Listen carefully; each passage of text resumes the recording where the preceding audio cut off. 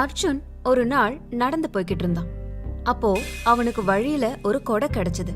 அத பார்த்து, அட, என்னது இது கொடை கிடக்குது அப்படின்னு அங்கேயும் இங்கேயும் பார்த்தான்.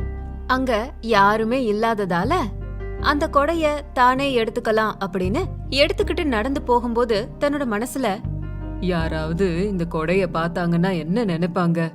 இன்னைக்கு வெயிலும் அடிக்கவே இல்ல, இது மழை காலமும் இல்ல, இப்படி ரெண்டுமே இல்லாத போது கையில கொடைய வச்சுட்டு நடக்கிறத யாராவது பார்த்தாங்கன்னா என்ன நினைப்பாங்க அப்படின்னு அவன் நினைச்ச உடனேயே மழை பெய்ய ஆரம்பிச்சிடுச்சு.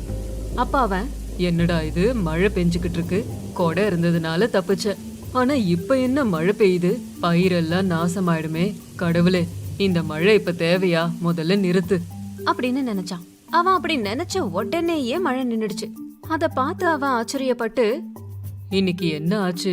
நான் நினைக்கிறதெல்லாம் நடக்குது. இதுவும் நல்லாதான் இருக்கு, இன்னொரு தடவை சோதிச்சு பாப்போம் அப்படின்னு மழை நின்னுடுச்சு, வெயில் அடிச்சா நல்லா இருக்கும் அப்படின்னு அவன் நினைச்ச உடனேயே வெயில் அடிச்சுது. அப்போ அவன், ஐயோ, இது என்னடா கடவுளே, நினைக்கிறதெல்லாம் நடக்குது. ஒருவேளை இந்த கொடை இந்த வேலையெல்லாம் பண்ணுதா? தேவையில்லாம கொடை ரூபத்துல பிரச்சனைய கையில எடுத்துட்டேனே. இதால நமக்கு லாபம் கிடைச்சா நல்லது, ஆனா நஷ்டம் வந்துச்சுன்னா? அப்படின்னு சொல்லும் போதே, நண்பா, நீ கவலைப்படாத, நான் உனக்கு உதவி செய்ய தான் வந்தேன்.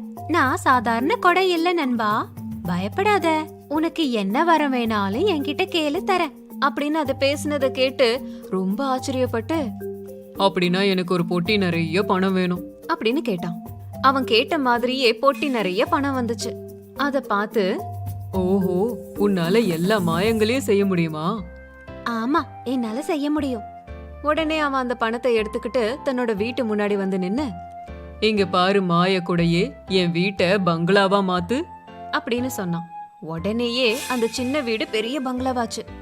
அப்பா அவன், உனக்கு ரொம்ப நன்றி, உன்னால என்னோட வாழ்க்கையே மாறி போயிடுச்சு. காசு பங்களா எல்லாம் எனக்கு சொந்தம். இதோட ஒரு கார் வந்ததுன்னா நல்லா இருக்கும் அப்படின்னு சொன்ன உடனேயே அங்க ஒரு காரும் வந்துச்சு. அந்த மாய குடையால அவன் பணக்காரனா மாறிட்டான்.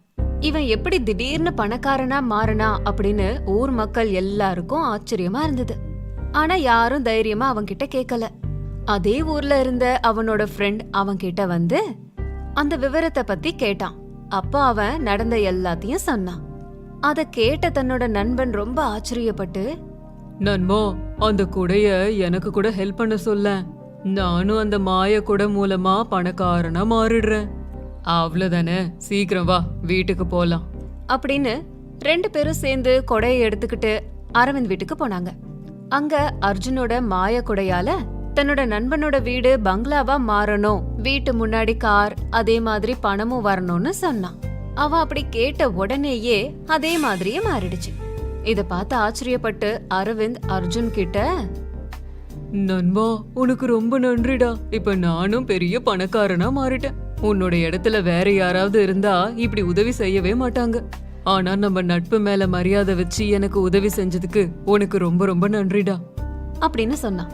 அதுக்கு அர்ஜுன், இதுல என்ன இருக்குடா, இது எதையும் நான் செய்யலையே, அந்த மாய குடை தானே செஞ்சது. நீ நன்றி சொல்லணும்னு நினைச்சேனா அதை இந்த மாய குடைக்கு சொல்லு அப்படின்னு 2 பேரும் அந்த மாய குடைக்கு நன்றி சொன்னாங்க. அப்போ அந்த மாய குடை அவங்க கிட்ட, இதெல்லாம் என்னால இல்ல, ஒரு முனிவர் எனக்கு வரம் கொடுத்தாரு. நான் யார் கையில இருக்கிறேனோ அவங்க சகல ஐஸ்வர்யத்தோட இருப்பாங்களாம். இப்ப அந்த மாதிரி தான் நடக்குது. நம்ம எல்லாரும் நண்பர்களாவும் மாறிட்டோம் இல்லையா அப்படின்னு சிரிச்சுது. இப்படி அந்த மாய குடையால அவங்க வாழ்க்கையே மாறி போயிடுச்சு. முன்பொரு காலத்துல நரசாபுரம் அப்படிங்கிற கிராமத்துல துர்கையா அப்படிங்கிற வியாபாரி இருந்தாரு. அவரு வாரம் பட்டணத்துல இருந்த சந்தைக்கு போய் சரக்குகளை வாங்கிட்டு வந்து தன்னோட கிராமத்துல விப்பாரு. ஒரு நாள் துர்கையா பட்டணத்துக்கு போலான்னு கிளம்பினாரு. அவரு தாமதமா வந்ததுனால பட்டணத்துக்கு போற பஸ் ஏற்கனவே போயிடுச்சு. கொஞ்ச நேரம் யோசிச்சாரு.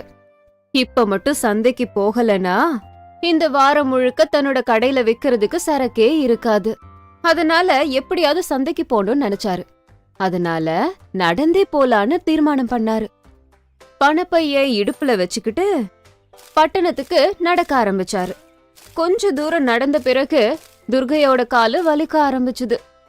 கொஞ்ச நேரம் ஒரு மரத்தடியில உட்காரலான்னு நினைச்சாரு. கொஞ்ச நேரத்துக்கெல்லாம் அதே பக்கம் நரசிம்மன் அப்படிங்கிற ஒரு வாலிபன் வந்தான். இதுக்கு முன்னாடி துர்கையாவை இந்த பக்கம் அவன் பார்த்ததே இல்ல. துர்கையா பக்கம் நரசிம்மா வந்து, ஐயா, நீங்க எங்க போய்கிட்டு இருக்கீங்க? பார்க்க ரொம்ப சோர்வா இருக்கீங்க அப்படின்னு விசாரிச்சான். தான் சரக்குகள் வாங்கறதுக்காக பட்டணத்துக்கு போறதாகவும் நடந்து வந்ததால களைப்புல மரத்து கீழே உட்கார்ந்து ஓய்வெடுக்கிறேன்னு சொன்னாரு. அப்போ நரசிம்மா தன்னோட தலையில இருந்த பெரிய மூட்டைய கீழே இறக்கி வச்சு துர்கையா கிட்ட உட்கார்ந்து, ஐயா, என் பேரு நரசிம்மா. நானும் உங்கள மாதிரி ஒரு வியாபாரி தான். ஆனா நான் சரக்குகளை விக்கிறதுக்காக போய்கிட்டு இருக்கேன். நீங்க அத வாங்க போறீங்க, அவ்வளவுதான் வித்தியாசம் அப்படின்னு சிரிச்சான். அவன் சொன்னதை கேட்டு துர்கையா கூட சிரிச்சு, நம்ம இத பத்தி பேசணும்னா நாள் முழுக்க பேசிக்கிட்டே இருக்கலாம். நீ இளைஞன், நானும் வயசானவன். எந்த பலுவும் தூக்கிட்டு வராம 2 மைல் நடந்ததுக்கு அப்புறம் எனக்கு களைப்பு வந்துச்சு. ஆனா நீ இவ்ளோ பெரிய பலுவை தூக்கிக்கிட்டு சாதாரணமா நடந்து போற. அத கேட்ட நரசிம்மா அவர்கிட்ட, ஆமாயா, நீங்க சொன்னதும் நிஜம்தான். ஆனா இந்த வயசுல நீங்க ஏன் நடந்து போறீங்க? அந்த சந்தையில சரக்குகளை வாங்க உங்கள ஆளை யாரையாச்சும் அனுப்பி விடலாம்ல. அப்ப துர்கையா, தம்பி, நீ என்னை விட அனுபவத்துல சின்ன பையன். இந்த காலத்துல யாரையும் நம்ப கூடாது. அவ்வளவு ஏன், நமக்கு நெருக்கமான உறவினர்களை கூட நம்ப கூடாது. அதனாலதான் எவ்ளோ கஷ்டப்பட்டாலும் நானே சந்தைக்கு போலான்னு வந்தேன். அப்ப நீங்க யாரையுமே நம்ப மாட்டீங்க போல இருக்கு. பாக்குற எல்லார் மேலயும் சந்தேகப்பட்டா உங்களுக்குன்னு யாருமே இருக்க மாட்டாங்கல்ல. நீ என்ன சொன்னாலும் சரிப்பா, நான் யாரையும் நம்புறதா இல்ல. நம்பிக்கை துரோகிய பக்கத்துல வச்சு வாழ்ந்தவங்க இந்த உலகத்துல யாரும் இல்ல அப்படின்னு எகத்தாளம் பேசி சிரிச்சுக்கிட்டே இருந்தாரு துர்கையா. ஆமா ஆமா, ரொம்ப நல்லா சொன்னீங்க. இந்த வயசுல இவ்ளோ தூரம் நடந்து வந்தா கால் வலிக்காம என்ன ஆகும்? கொஞ்சம் உங்க காலை நான் அமிக்க விடவா, வலி குறையும் அப்படின்னு சொல்லி கிட்ட போனான். உடனே துர்கையா காலை கீழே தொங்க போட்டு, எதுவும் தேவையில்ல, கொஞ்ச நேரம் உட்கார்ந்தா எல்லாம் சரியாயிடும்.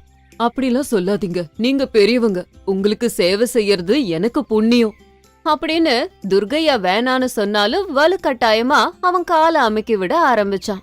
உட்கார்ந்துட்டு இருந்த துர்கையா கொஞ்ச நேரம் படுக்கவே ஆரம்பிச்சிட்டாரு. நரசிம்மா என்னென்னமோ சொல்லி அவருக்கு கால் அமுக்கிறது, அப்புறம் தோள்பட்டைகள் அமுக்கிறது, தலை, அதுக்கப்புறம் கழுத்து, இப்படி எல்லா இடத்தையும் இதமா அமுக்கி விட்டான். இதனால துர்கையா தூங்க ஆரம்பிச்சிட்டாரு. அதுக்கப்புறமா துர்கையா தூங்கிக்கிட்டு இருக்கும்போது அவரோட பணப்பைய எடுத்துக்கிட்டு நரசிம்மா நைஸா கிளம்பி போயிட்டான். கொஞ்ச நேரம் கழிச்சு துர்கையா எழுந்திருச்சாரு. குனிஞ்சு பார்த்தா இடுப்புல இருந்த பணப்பைய காணோம். இப்ப என்ன பண்றதுன்னு தெரியாம அங்கேயும் இங்கேயும் பாத்துக்கிட்டு இருந்தாரு துர்கையா. தூரத்துல நரசிம்மன் நின்னுட்டு இருந்தத பார்த்து வேகமா ஓடி வந்தாரு. ஏமாத்துக்காரா, என்னையே ஏமாத்திட்டியா? என் பண மூட்டை எங்கடா அப்படின்னு அவ சட்டைய புடிச்சு கேட்க ஆரம்பிச்சாரு.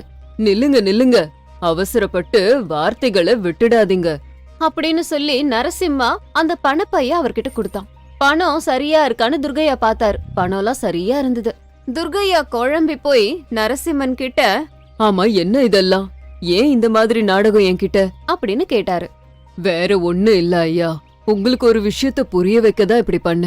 இந்த உலகத்துல யாரையும் நம்ப மாட்டேன்னு சொன்னீங்க, ஆனா முன்ன பின்ன தெரியாத என்ன ஒரு நிமிஷத்துல நம்பிட்டீங்க, அப்படிதானே? துர்கையா ஆமான்னு தலையாட்டினாரு. உடனே நரசிம்மன் தன்னோட மூட்டையை எடுத்து தலையில வச்சுக்கிட்டு, வாங்க போகலாம். புத்திசாலிங்க யாரும் யாரையும் அனாவசியமா சந்தேகப்பட மாட்டாங்க. நீங்க யாரையும் நம்பாம பெரிய தப்பு பண்ணிட்டீங்க. உங்க சந்தேகத்தால பெரிய நஷ்டம் ஏற்பட போச்சு இல்ல. சந்தேகங்கிறது பெரிய பேய் அப்படின்னு நம்ம முன்னோர்கள்லாம் சொல்லிருக்காங்க. நம்ம விஷயத்துல நம்ம சரியா இருக்கணுமே தவிர மத்தவங்கள சந்தேகப்பட்டு நம்மளால எதையும் சாதிக்க முடியாது. சின்ன பையனா இருந்தாலும் எனக்கு சரியா சொல்லி புரிய வச்ச. யாரையுமே நம்பாம இருக்கறதுனால நான் ரொம்ப நஷ்டப்பட்டுட்டேன். யாரையும் பக்கத்துல கூட சேர்த்துக்கல. உன்னால என்னோட சந்தேகங்கிற பேய் செத்து போச்சு. அதனால உனக்கு என்னுடைய மனமார்ந்த நன்றி. அதுக்கப்புறமா 2 பேரும் ஒன்னா சேர்ந்து பேசிக்கிட்டே பட்டணத்துக்கு போனாங்க. Please watch and subscribe to our channel and don't forget to tap the bell icon. Thank you.